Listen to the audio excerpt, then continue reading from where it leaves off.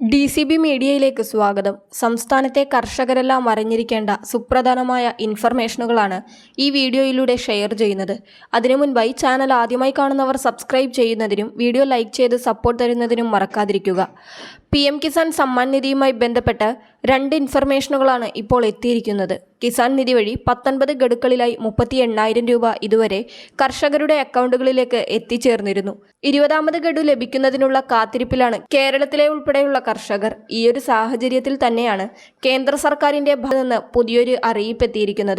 കിസാൻ നിധിയിൽ അംഗങ്ങളായവരുടെ ഫോണുകളിലേക്ക് അതിന്റെ മെസ്സേജുകൾ വിവിധ കൃഷി ഭവനുകളിൽ നിന്ന് ഇതിനകം എത്തിച്ചേർന്നിട്ടുണ്ട്.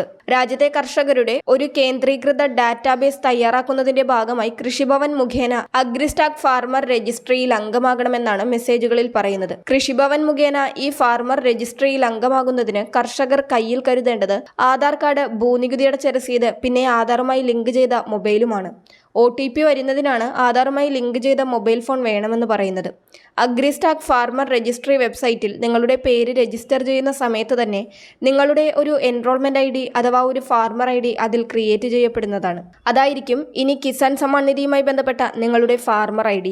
ഈ ഫാർമർ ID തന്നെയാണ് നിങ്ങളുടെ കിസാൻ കാർഡും. ഈ രജിസ്ട്രേഷൻ ചെയ്യണമെന്ന് ഫോണിൽ കൃഷിഭവനിൽ നിന്ന് മെസ്സേജ് കിട്ടിയ കർഷകരും അതുപോലെ മെസ്സേജ് കിട്ടിയിട്ടില്ലെങ്കിൽ തങ്ങളുടെ കൃഷിഭവനിൽ കർഷക രജിസ്ട്രിയുടെ എൻറോൾമെന്റ് ആരംഭിച്ചിട്ടുണ്ടെങ്കിൽ അവിടുത്തെ കർഷകരും കൃഷിഭവനിൽ ചെന്ന് നിങ്ങളുടെ പേര് ചേർക്കേണ്ടതാണ്. ഈ രജിസ്ട്രേഷൻ അക്ഷയ CSC സെന്ററുകൾ വഴിയല്ല, കൃഷിഭവനുകൾ വഴിയാണ് ഇപ്പോൾ പൂർത്തിയാക്കുന്നത്.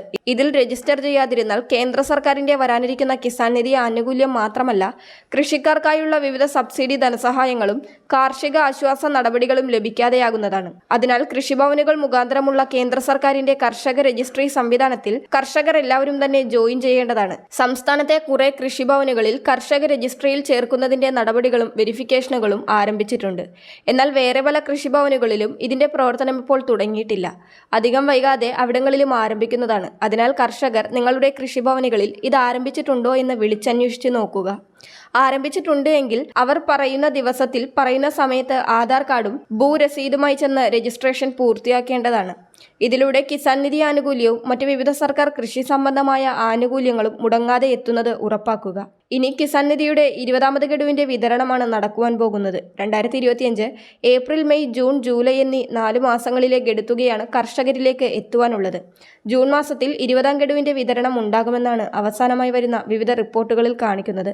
നേരത്തെ സംസ്ഥാന സർക്കാരിന്റെ കതിർ ആപ്പിൽ രജിസ്റ്റർ ചെയ്തിട്ടുണ്ടെങ്കിലും അഗ്രിസ്റ്റാക്ക് ഫാർമർ രജിസ്ട്രിയിൽ കൂടി രജിസ്റ്റർ ചെയ്ത് കിസാൻ നിധി ആനുകൂല്യം തുടർന്നും വരുമെന്ന് ഉറപ്പാക്കേണ്ടതാണ്. 20ാമത് ഗഡു ലഭിക്കുവാൻ അഗ്രിസ്റ്റാക്ക് രജിസ്ട്രേഷൻ കേന്ദ്ര സർക്കാർ നിർബന്ധമാക്കി ഉത്തരവിറക്കിയിട്ടില്ല. എങ്കിലും സർക്കാർ നിർദ്ദേശിച്ച സ്ഥിതിക്ക് മെസ്സേജ് വന്നവർ പെട്ടെന്ന് തന്നെ രജിസ്റ്റർ ചെയ്യുക. മറ്റുള്ളവരിലേക്കും ഈ ഇൻഫർമേഷൻ ഷെയർ ചെയ്യുക.